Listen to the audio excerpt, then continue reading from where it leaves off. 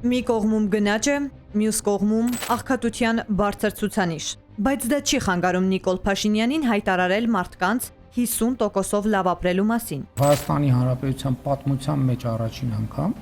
Հայաստանի Հանրապետությունում միջին թոշակը ավելին է, քան նվազագույն սպառողական զամբյուղը։ Եվ ուզում եմ հիշեցնել, որ դեռևս 3 տարի առաջ Հայաստանի Հանրապետությունում նվազագույն թոշակը համապատասխանեցվել է նվազագույն սպառողական զամբյուղին։ Տնտեսագետ Սուրեն Պարսյանն է հակադարձում Փաշինյանին։ Մարդկանց բարեկեցության մասին կարևոր ցուցանիշը աղքատության միջին մակարդակն է, ինչի ցուցանիշը մտահոգ է։ 5 տարիների ընթացքում ընդամենը նվազել է 5%-ով, կազմելով 21%, այսինքն Հայաստանում ամեն 4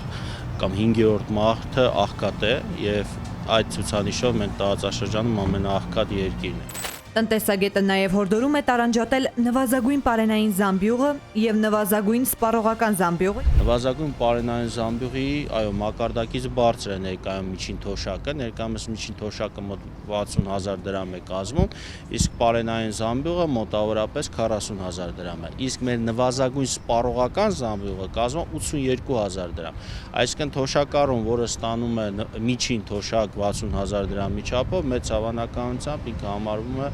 աղքատ։ Պարսյանը հավելում է. այս տարվա ընթացքում պարենային մթերքների բավականին լուրջ գնաճ ունենք, ինչն էլ էական ազդեցություն է թողնում հենց սոցիալապես անապահով խմբերի մոտ։ Մենք ունենք նվազագույն աշխատավարձներ ստացողներ, որոնք մոտավորապես 100,000 մարդ են։ Նրանք ստանում են 75,000 դրամ աշխատավարձ, այն դեպքում, երբ որ նվազագույն սպառողական զամբյուղը կազմում է 82,000 դրամ։ Այսինքն նվազագույն նույնիսկ աշխատավարձ ստացողը չի կարողանում իր խնդիրը լուծի։ Պարսյանը լուրջ խնդիր է համարում նաև Հայաստանում երեխաների աղքատության ցուցանիշը։ Ամեն երրորդ երեխան Հայաստանում ապրում է աղքատության մեջ։ Ստացվել է այնպես, բազմազավակ ընտանիքներում մեծացող երեխաները հիմնականում աղքատության են դատապարտված, քանի որ նույնիսկ եթե հայրը աշխատում է 150-200,000 դրամ, դա բավարար չի ընտանիքի բոլոր անդամների նվազագույն պարենային ապրանքներով ապահովել եւ նույնիսկ 200,000 դրամ աշխատավարձի պարագայում ընտանիքը համարվում է աղքատ։ Եվ այսպես, մինչ իշխանությունը խոսում է բարեկեցության աճից, փորձագետները հիշեցնում են. բարձր թվերը դեռ չեն նշանակում, որ Հայաստանում մարդիկ իսկապես սկսել են ավելի լավ ապրել։